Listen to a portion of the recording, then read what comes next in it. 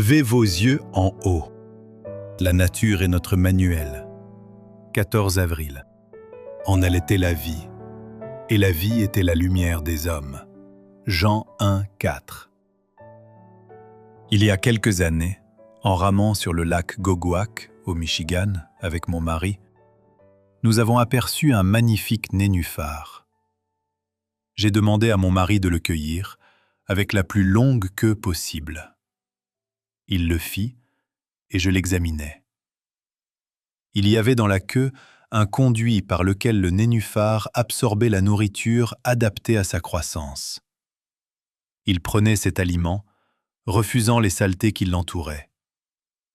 Il était relié au sable, bien au-dessous de la surface, et c'est de là qu'il tirait la subsistance nécessaire à son développement, à sa beauté.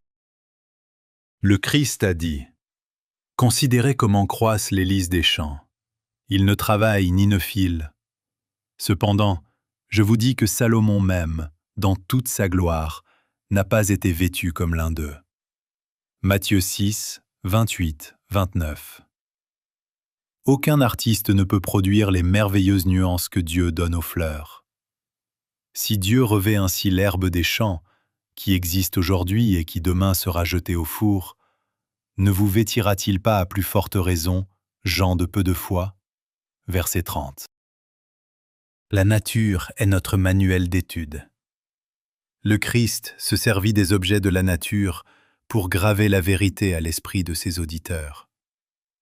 Ne vous inquiétez donc point, et ne dites pas « Que mangerons-nous? De quoi serons-nous vêtus ?» Votre Père céleste sait que vous en avez besoin. Cherchez premièrement le royaume et la justice de Dieu, et toutes ces choses vous seront données par-dessus. Ne vous inquiétez donc pas du lendemain, car le lendemain aura soin de lui-même. À chaque jour suffit sa peine. Versets 31 à 34. Faisons tout notre possible pour montrer à nos enfants qu'il y a un ciel à gagner et un enfer à éviter. Enseignons-leur à rechercher la vie éternelle.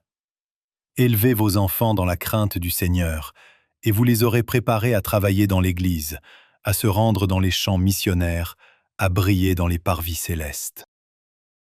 Parents, n'essayez pas de suivre les modes toujours changeantes de cette époque dégénérée. Cela n'en vaut pas la peine.